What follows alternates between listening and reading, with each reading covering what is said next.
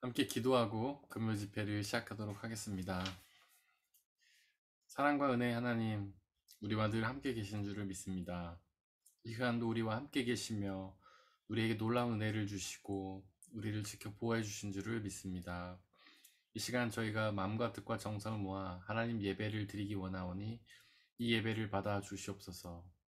우리의 마음과 생각들을 흐트러뜨리는 모든 사탄의 세력들, 어둠의 세력들을 물리쳐 주시고 오직 하나님만 예배하며 하나님과만 교제하는 귀한 시간으로 인도하여 주옵소서. 우리 주 예수 그리스도의 이름으로 기도드렸습니다. 아멘. 그 사랑 함께 찬양하겠습니다.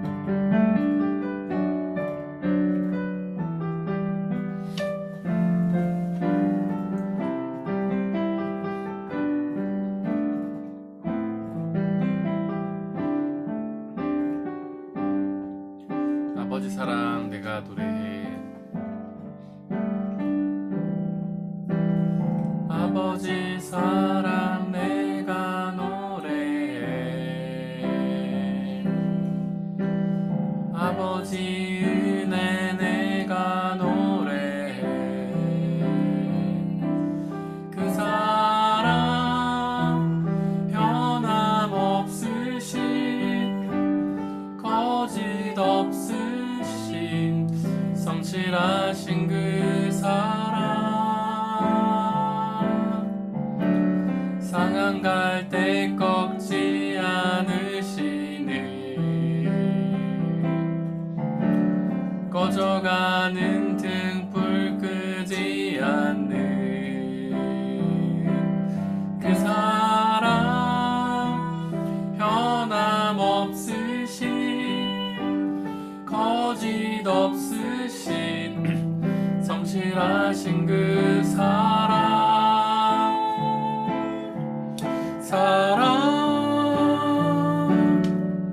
그 사랑 날 위해 죽으신 날 위해 다시 사신 예수 그리스도 다시 오실 그 사랑 생명도 천사도 하늘의 어떤 권세도 끊을 수 없는 영원한 그 사랑 예수. 아버지 사랑 내가 노래해.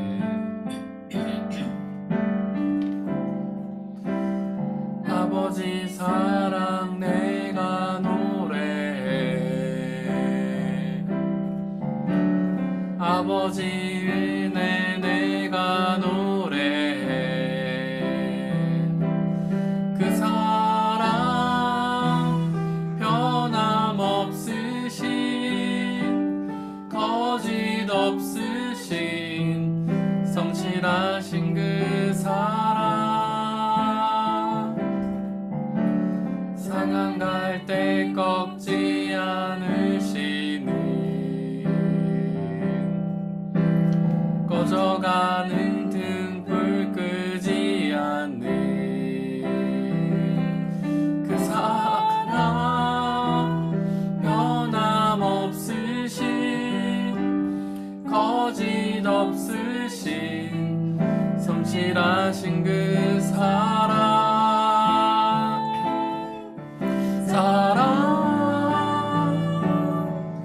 그 사랑 날 위해 죽으신 날 위해 다시 사신 예수 그리스도 다시 오실 그 사랑 죽음도 생명도 천사도 하늘의 어떤 권세도 끊을 수 없는 영원한 그 사랑 예수. 아버지 사랑 내가 노래해.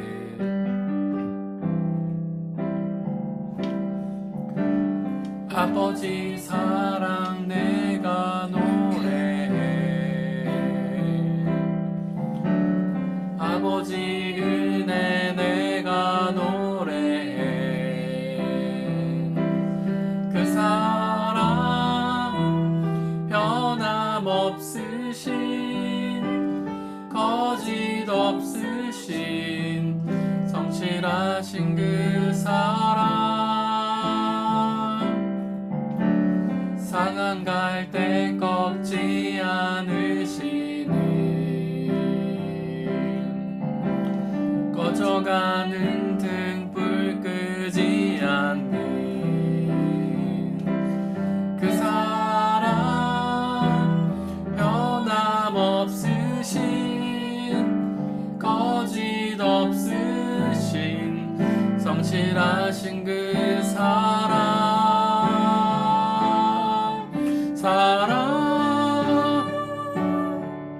그 사랑, 날 위해 죽으신, 날 위해 다시 사신 예수 그리스도, 다시 오실 그 사랑, 죽음도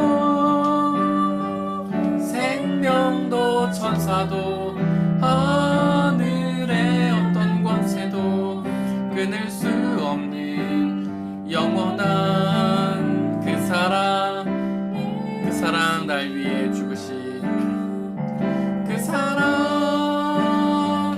날 위해 죽으신, 날 위해 다시 사신 예수 그리스도, 다시 오실 그 사랑, 죽음도 생명도 천사도 하늘의 어떤 권세도 끊을 수 없는 영원한 그 사랑, 예수. 이 시간 예수님의 그 사랑을 기억하길 원합니다. 하나님인 사랑이십니다. 그렇게 하나님이 사랑이시라는 말의 뜻은 하나님이 모든 행동을 하실 때에 그 사랑에서 그 행동이 기원했다는 뜻입니다. 즉 하나님의 모든 행동의 근원이 사랑에 있다는 뜻입니다. 하나님은 우리를 사랑하셔서 우리를 창조하셨습니다.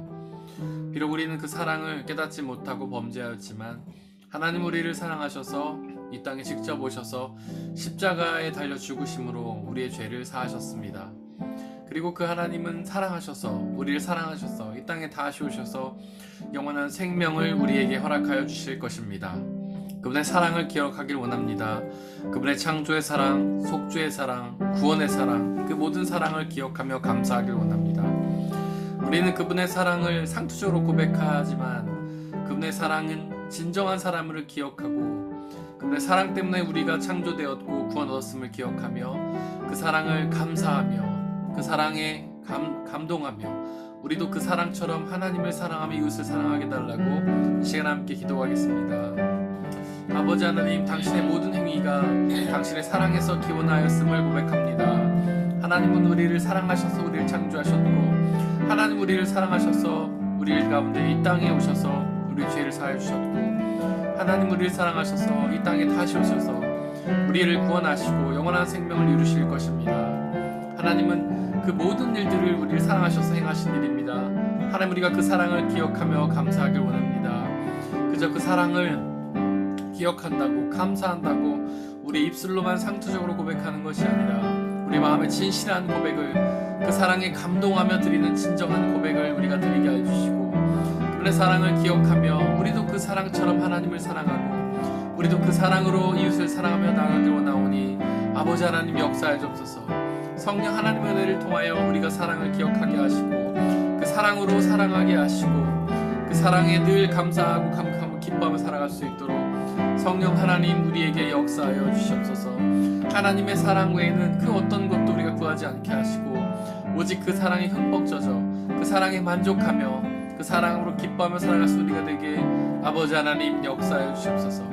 사랑이신 하나님, 사랑의 하나님, 당신이 그 사랑에 감동하고 그 사랑을 기억하고 그 사랑을 나누며 사랑 우리가 될 수 있도록 아버지 하나님 역사해 주시고 은혜 내려 주시옵소서.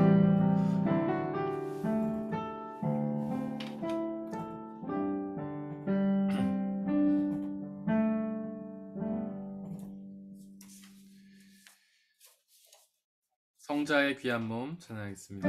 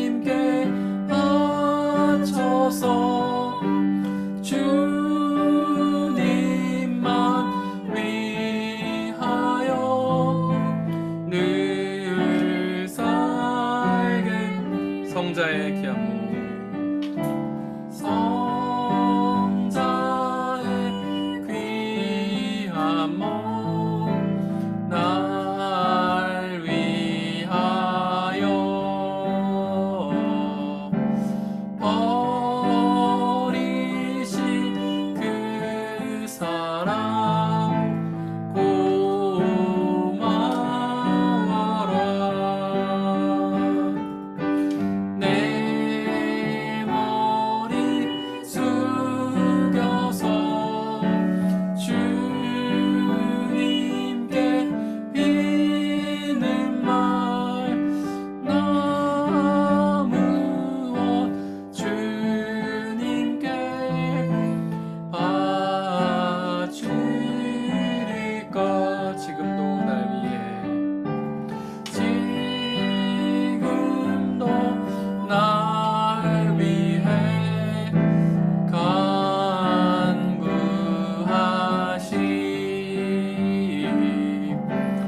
이 옅은 믿음이 아옵나니 주님의 참 사랑 고맙고 놀라워. 찬송과 기도를 쉬지 않네. 주님의 십자가 지고 신실한 믿음과 마음으로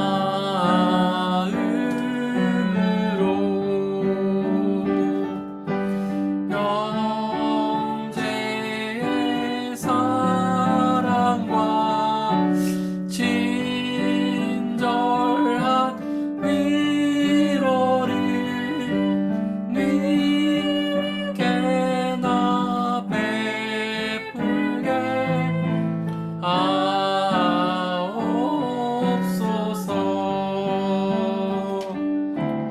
만 가지 은혜를 받았으니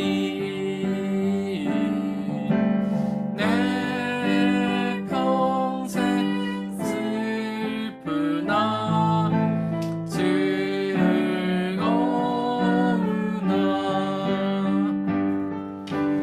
이 몸을 온전히 주님께 바쳐서 주님만 위하여 늘 살겠네.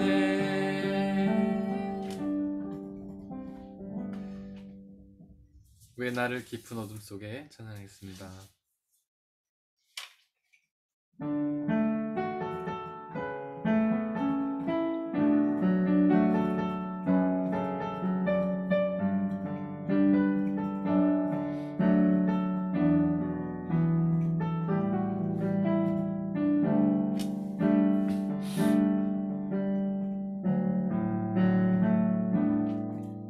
왜 나를 깊은 어둠 속에 홀로 두시는지.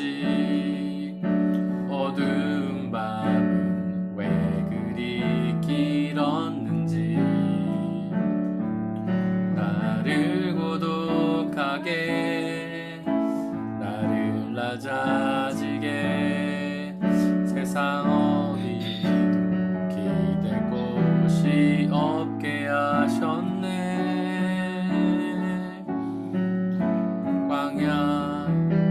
광야에 서 있네.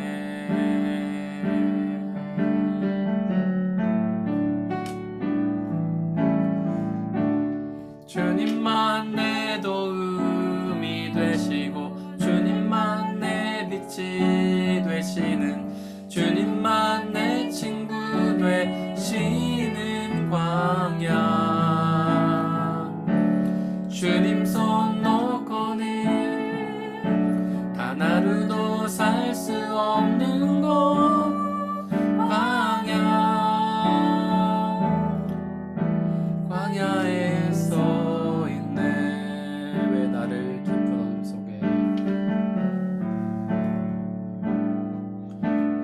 나를 깊은 어둠 속에 홀로 두시는지, 어두운 밤은 왜 그리 길었는지,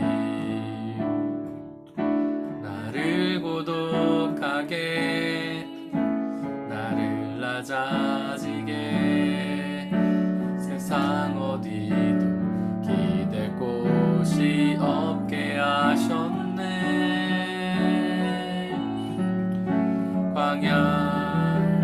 광야에 서 있네.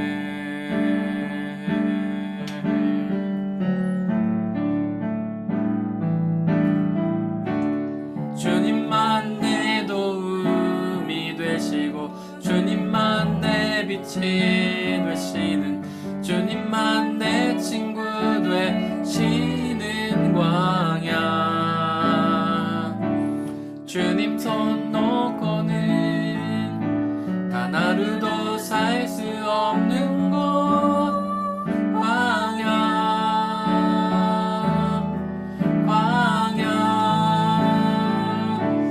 주께서 나를 사용하시려, 나를 더 정결케 하시려, 나를 택하여 보내신 그곳 광야. 성령이 내 영을 다시 태어나게 하는 곳,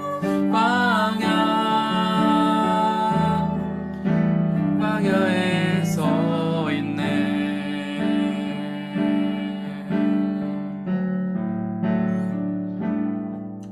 내 차가 산산이 깨지고 높아지려 했던 내 꿈도 주님 앞에 여놓고, 오직 주님 뜻만 이루어지기를, 나를 통해 주님만 드러나시기를.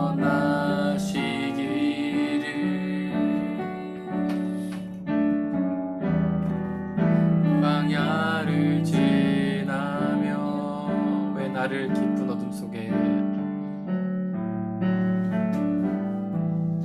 왜 나를 깊은 어둠 속에 홀로 두시는지, 어두운 밤 왜 그리 길었는지, 나를 고독하게, 나를 낮아지게, 세상 어디도 기댈 곳이 없게 하셨네.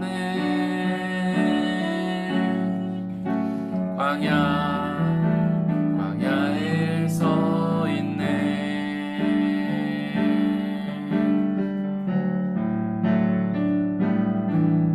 왜 나를 깊은 어둠 속에 홀로 두시는지, 어두운 밤은 왜 그리 길었는지, 나를 고독하게, 나를 낮아지게, 세상 어디도 기댈 곳이 없게 하셨네.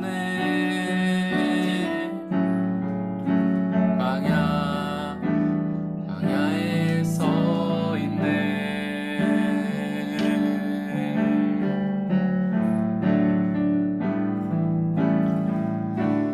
주님만 내 도움이 되시고, 주님만 내 빛이 되시는, 주님만 내 친구 되시는 광야. 주님 손 놓고는 단 하루도 살 수 없는 곳,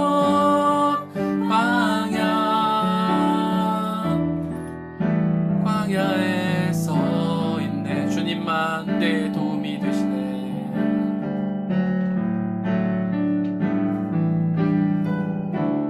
주님만 내 도움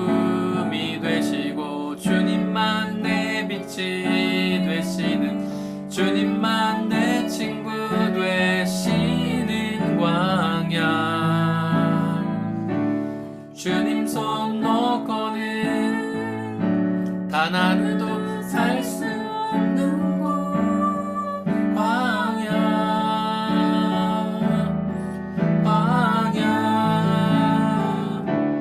주께서 나를 사용하시려 나를 더 정결케 하시려 나를 택하여 보내신 그곳 광야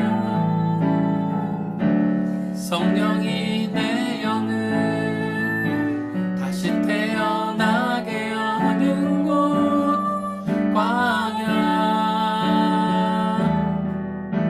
광야에 서 있네.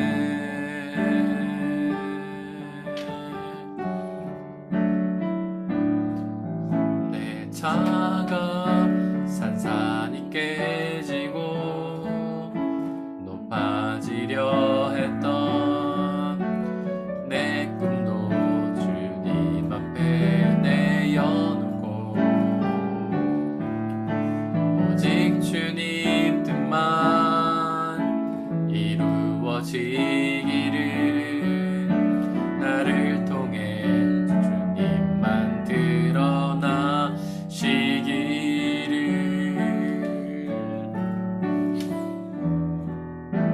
광야를 지나며 어쩌면 우리의 삶이 광야를 지나는 삶일지도 모르겠습니다. 이 세상에는 온갖 흉흉한 소식들이 우리를 두렵고 불안하게 만듭니다. 코로나의 소식, 전쟁의 소식, 온갖 어둡고 흉악한 소식들이 우리를 불안과 두려움 속으로 내몰아갑니다. 또한 개인의 삶 속에서 벌어지는 여러 가지 일들이 우리를 낙심하게 하고 좌절하게 하고 불안하게 하고 두렵게 합니다. 마치 우리는 광야에 있는 것처럼 외롭고 두렵고 불안합니다. 그러나 하나님은 우리를 괴롭히시기 위해 우리를 미워하셔서 우리의 죄를 벌하시기 위해 광야로 내모신 것이 아닙니다. 바로 우리와 함께 계시기 위해 우리가 온전히 하나님만 의지하게 하시기를 위해 하나님에게서 모든 힘의 근원을 찾고 모든 사랑과 위로를 찾게 하시기 위해 우리를 광야로 이끄십니다. 또한 그 광야의 삶을 통해 당신의 역사를 이루시기 위해 우리를 광야로 인도하십니다.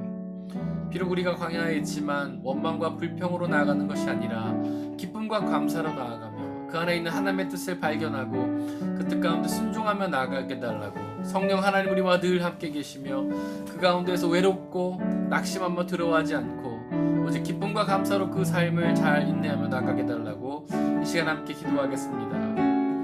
아버지여, 우리의 삶은 광야입니다. 여러 가지 흉흉한 소식들이 우리를 괴롭힙니다. 전쟁의 소식들, 전염병의 소식들, 그리고 개인적으로 당하는 온갖 어려움과 두려움의 소식들, 그것들이 우리를 불안해하고 두렵게 만듭니다.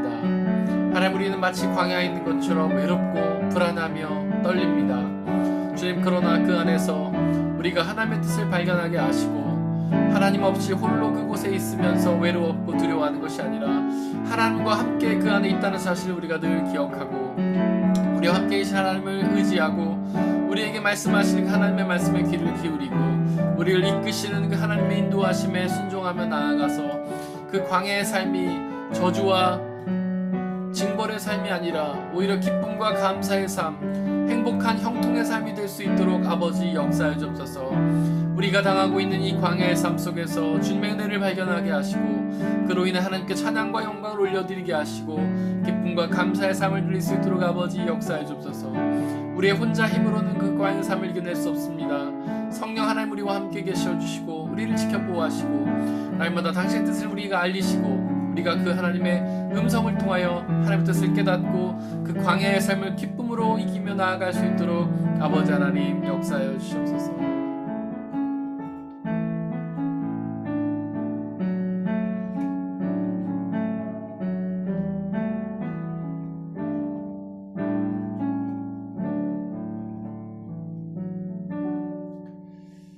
하나님 아버지, 우리는 우리의 삶을 마치 광야 속에 있는 삶처럼 느낄 때가 너무나 많습니다.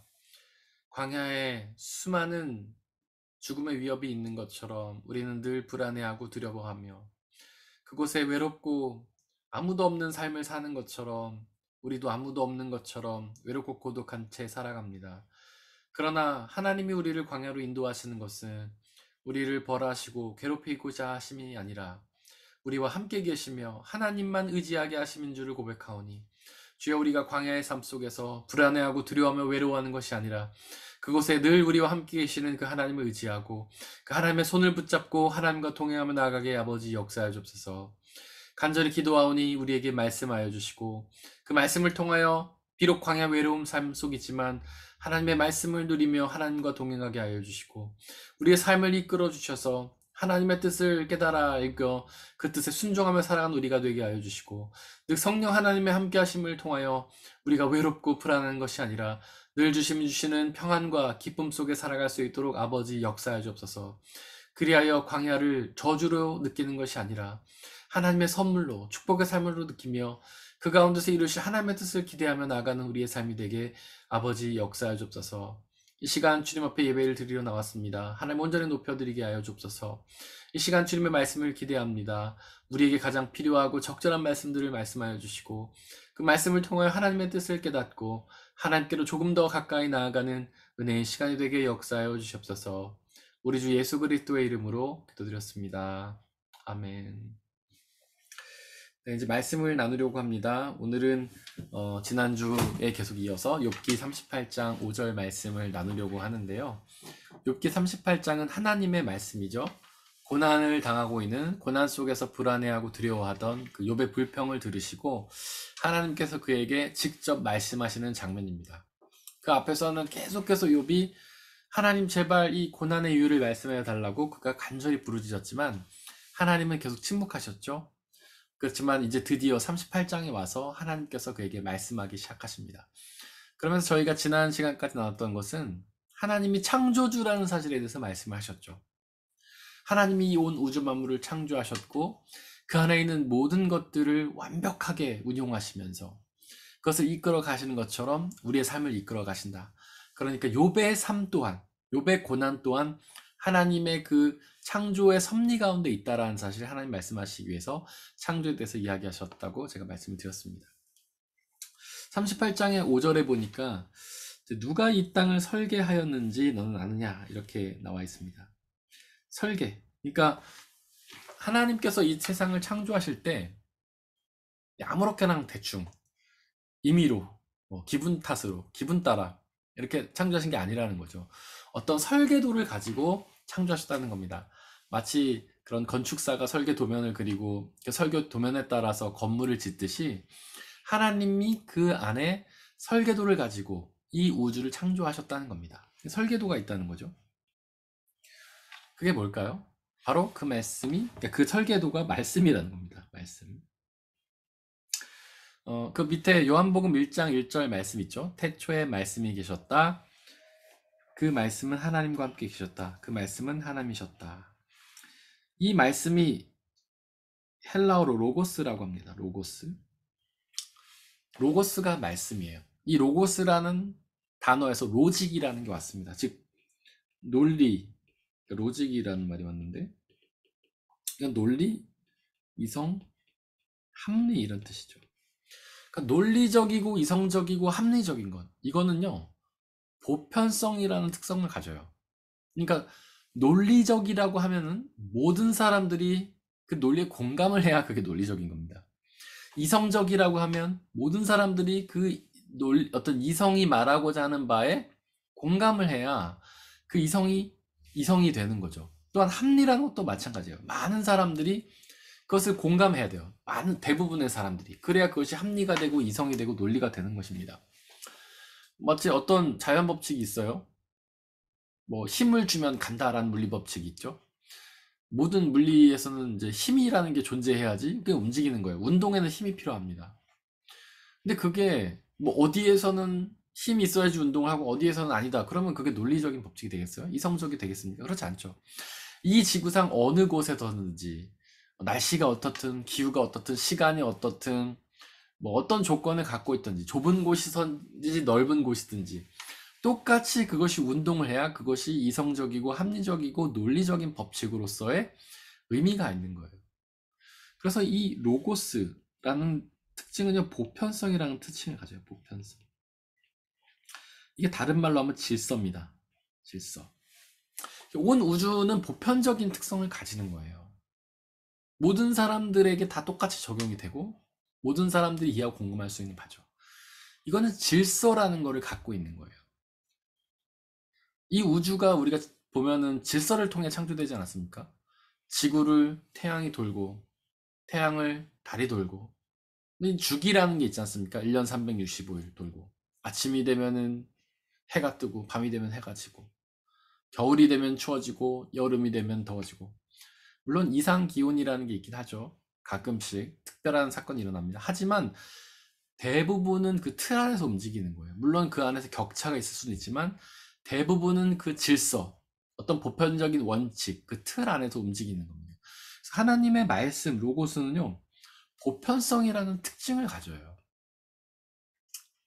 그러니까 온 우주 만물을 움직이는 설계도, 온 우주 만물이 같이 움직이는 그 설계도, 그거는 보편성이라는 특징을 가져요.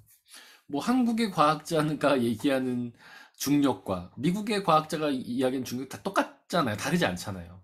다르면 그거는 어떤 법칙이 안 되는 거죠. 그래서 하나님의 말씀은 보편성이라는 특징을 가집니다. 근데 많은 신앙인들이 오해하는 게 이 말씀이라는 게 굉장히 특수성을 가진다고 오해해요.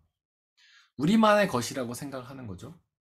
성경에 나와 있는 어떤 이야기들, 이런 게 굉장히 특수한 우리 기독교인들만의 이야기라고 생각합니다.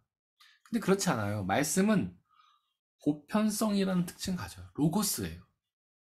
여러분들 우리 태초에 보면 하나님이 천지를 창조하셨다라는 그런 사건이 나오는데 그건 보편적인 사건이에요.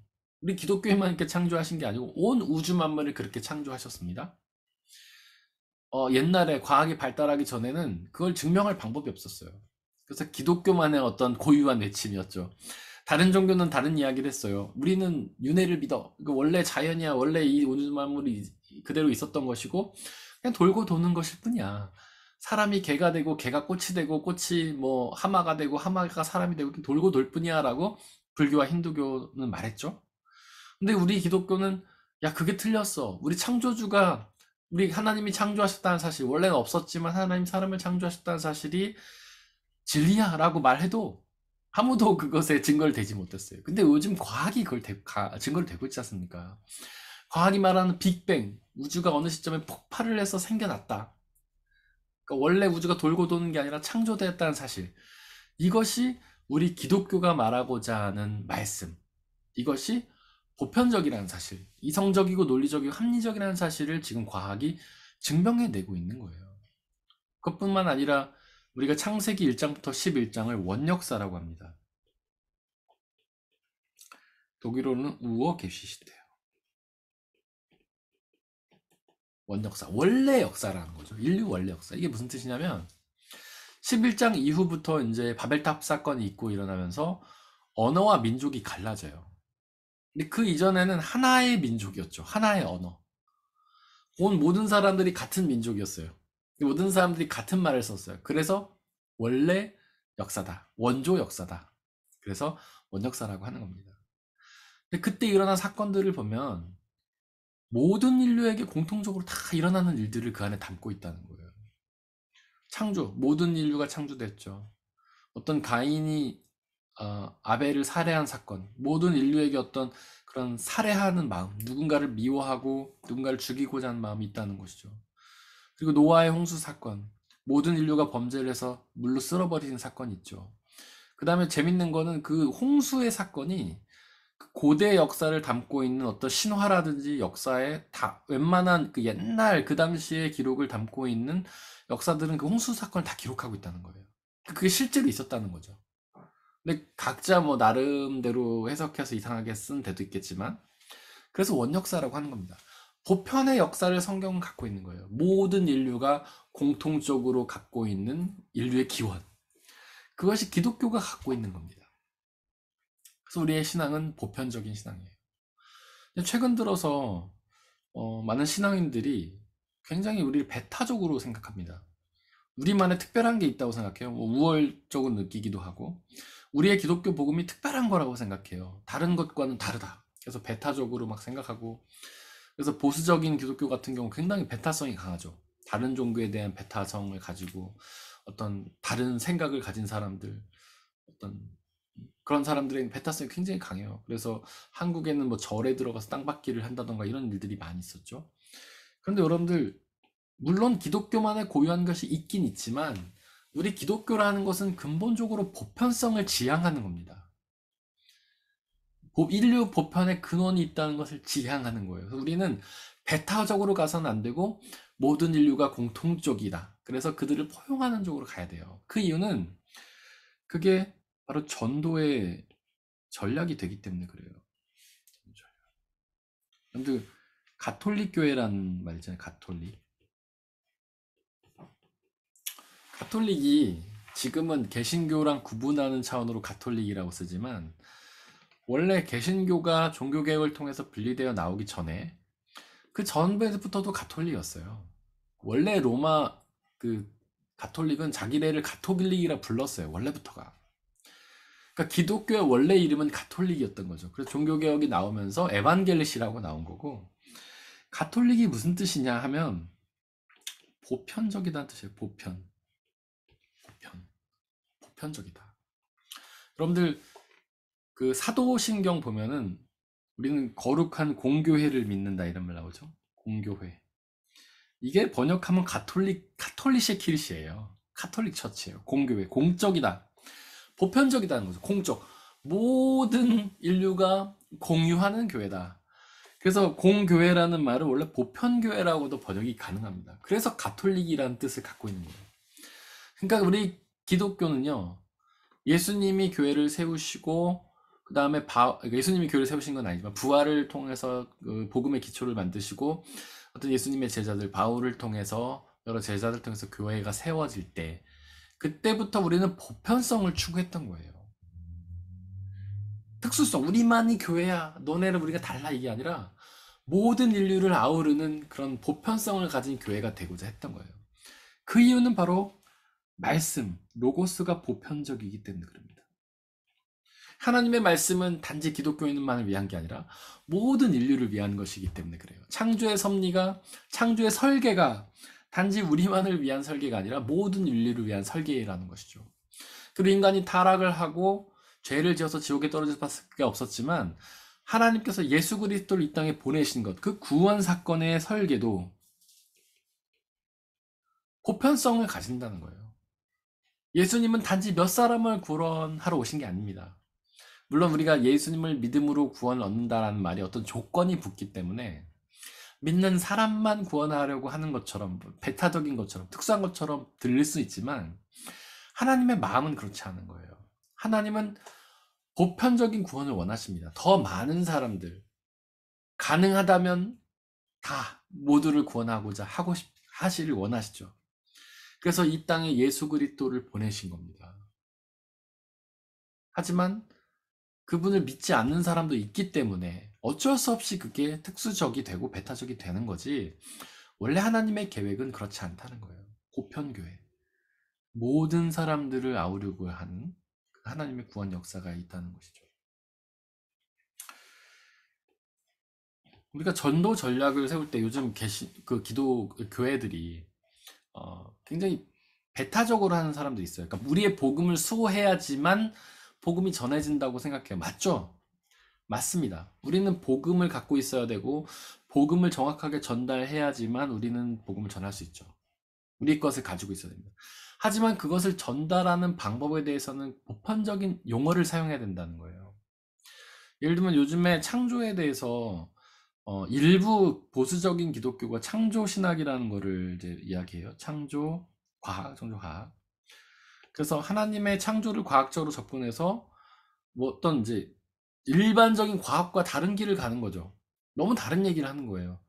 예를 들면 일반 과학은 이 우주가 138억 년 됐다. 그다음 지구가 생긴 게 뭐 몇만 년 됐다. 이런 식으로 설명하는데 이 창조 과학자들은 온 인류가 생긴 게 뭐 4천 년이다. 5천 년이다. 이렇게 얘기를 하고 뭔가 다른 방향으로 계속 간다는 거죠. 여러분들, 요즘 신학자들은요, 과학과 신학을 배타적으로 보지 않아요. 그중에 대표적인 것이 창조론과 진호를 것을 보지 않습니다. 창조론과 진화론을 대립적인 것을 보지 않아요. 상호 보완적인 것을 의미하는 거예요. 우리가 조금만 생각해 보면 서로 대립적이지 않다는 걸 알 수 있어요. 빅뱅은요, 우주의 시작을 말해요. 창조도 우주의 시작을 말합니다. 근데 진화라는 거는 이 우주가 운영돼가는 프로세스를 말하는 거예요. 물론 우리가 진화해서 다 동의할 수는 없어요.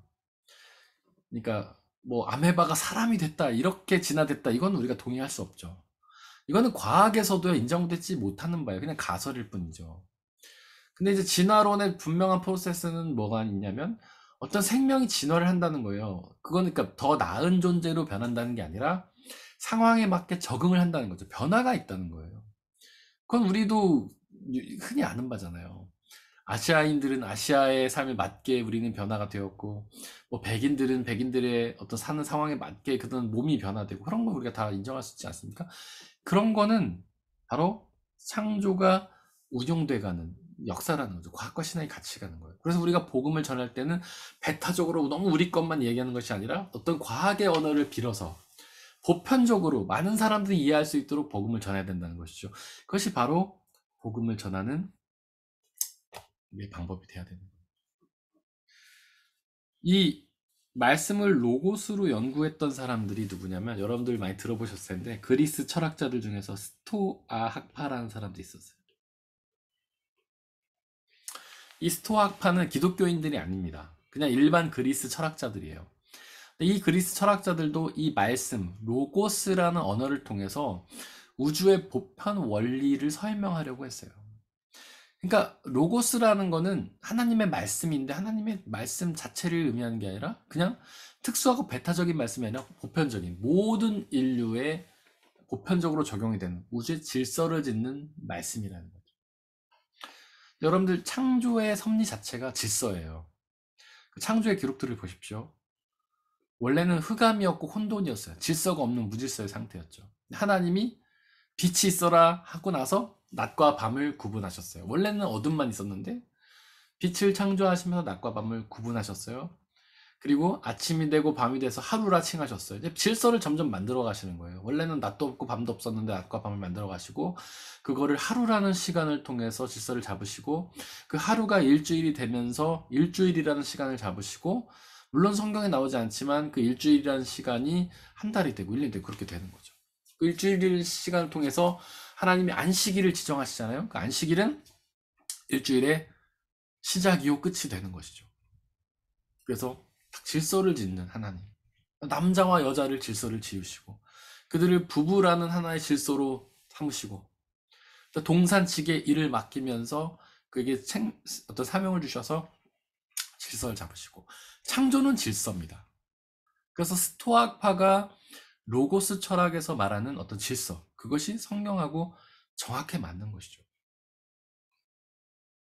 그래서 우리는 이 말씀, 하나님이 설계하신 이 말씀을 통해서 하나님의 뜻, 하나님이 이 세상을 운용하시는 원리를 알 수 있고 섭리를 알 수 있는 겁니다. 그래서 하나님이 욥에게 지금 자연 이야기를 계속 하시는 거예요. 욥의 질문은 그거였잖아요. 하나님, 제가 왜 도대체 고난을 당합니까? 그러니까 하나님이 이 창조의 섭리를 이야기하시는 거예요.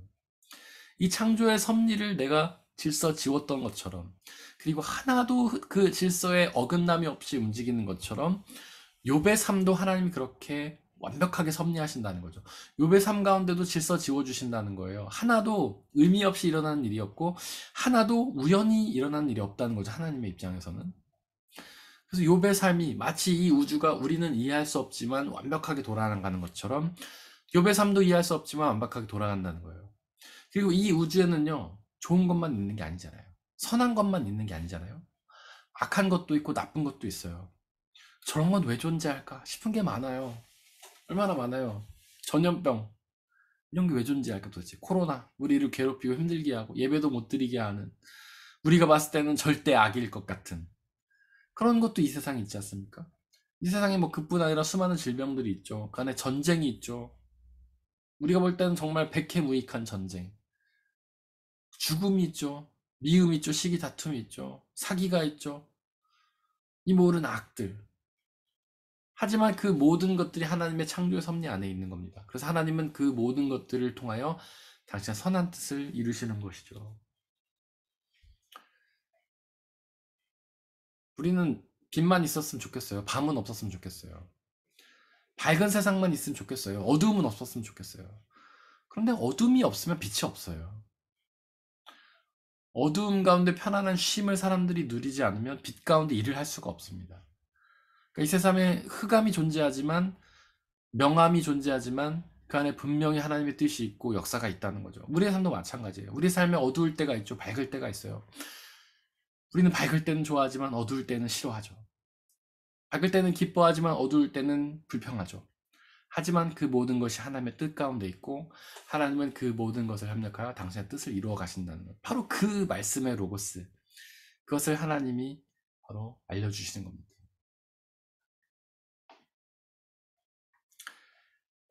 하나님의 말씀을 통해서도 우리가 그분의 뜻을 알 수 있지만, 이 창조주도 하나님의 뜻 가운데, 이 피조물들도, 이 우주도 하나님의 뜻 가운데에 세워졌기 때문에, 설계가 됐고 창조가 되었기 때문에 우리는 하나님의 말씀뿐만 아니라 우리는 피조물을 통해서도 하나님의 뜻을 알 수 있습니다. 하나님의 말씀을 통해서 우리는 그분의 창조의 섭리를 알 수 있죠. 그분의 뜻을 알 수 있죠. 그리고 이 피조물들도 하나님의 말씀을 통해서 지어졌기 때문에 우리는 이 피조물을 통해서도 하나님의 창조의 섭리와 뜻을 알 수 있어요. 그래서 토마스 아퀴나스라는 신학자가 있습니다. 그분은 이 피조물을 뭐라고 했냐면 아놀로기아라고 얘기했어요. 아놀로기.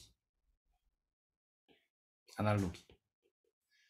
독일, 저기 원어로 쓰면 아날로기 이렇게 되는데, 아날로기.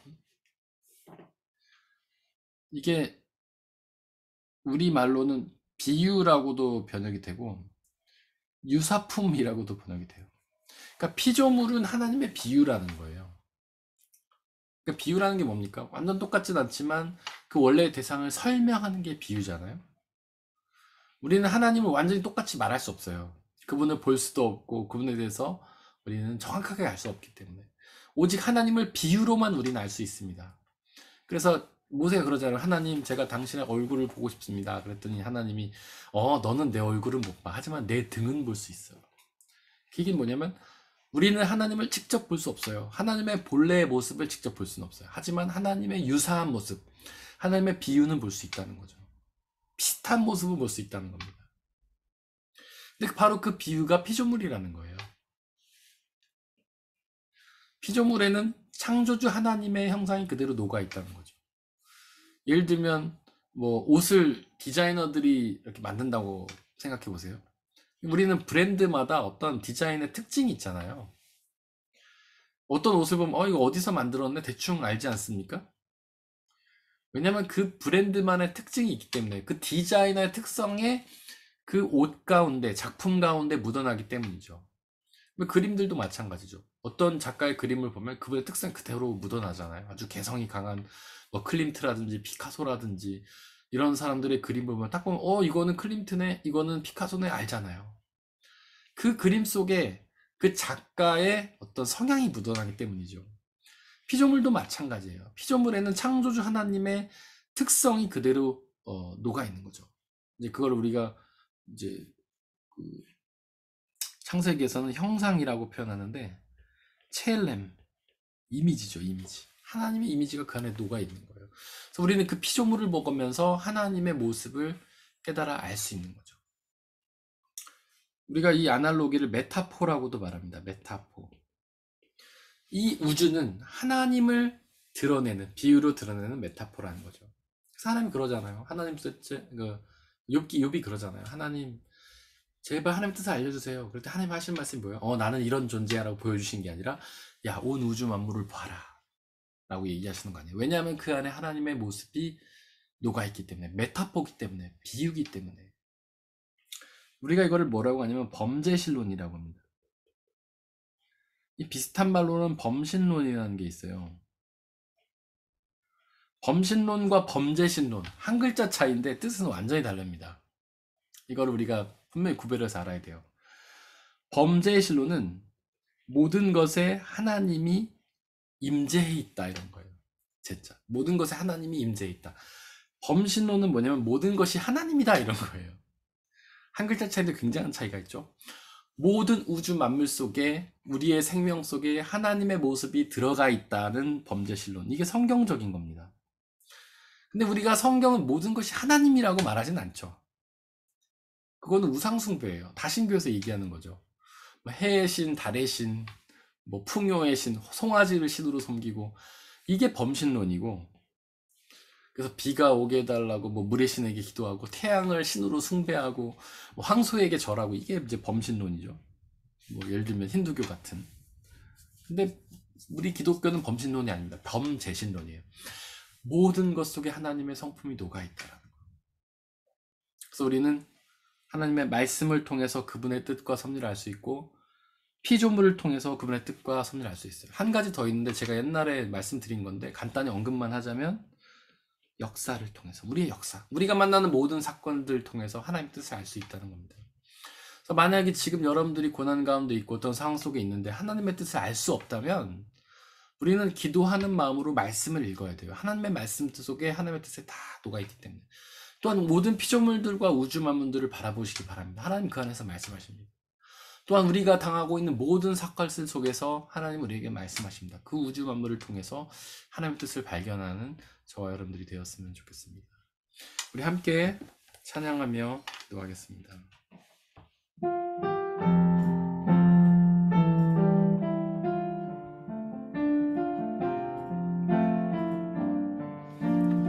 창조의 아버지, 창조의 아버지, 그 섭리 보이사 택하신 세대 일으키어 이 땅을 고치소서. 주의 크신 능력, 주의 크신 능력, 만물이 사모하니 성령의 기름 부어 주사 이 시간 임하소서. 주 영광 여기 임하사 열방 향해 그 빛 비추소서.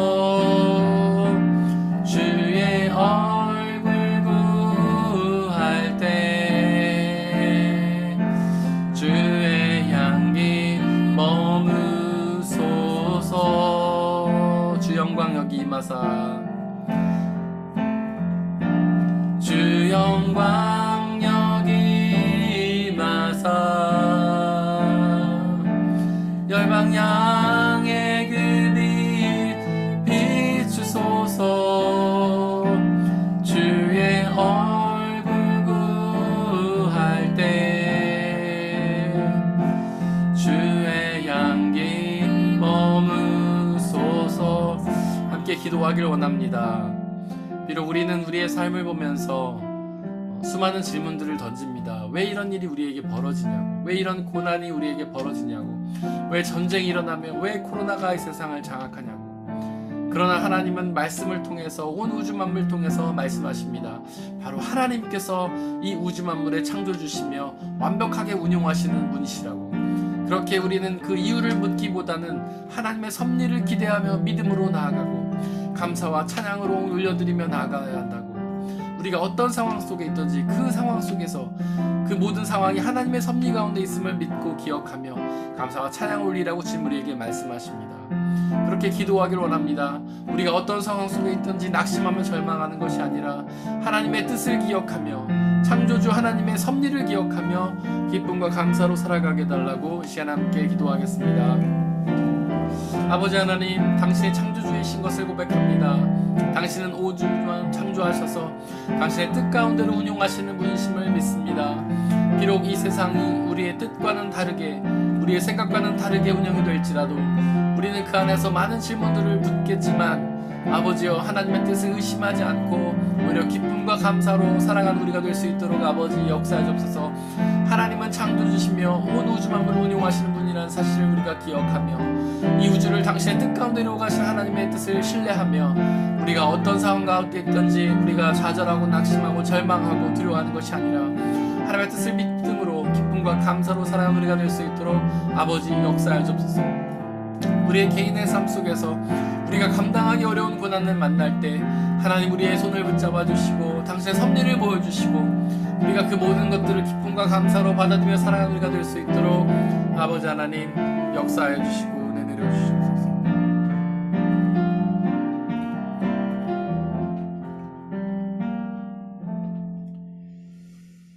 당신은 전능하신 창조주 하나님이심을 믿습니다.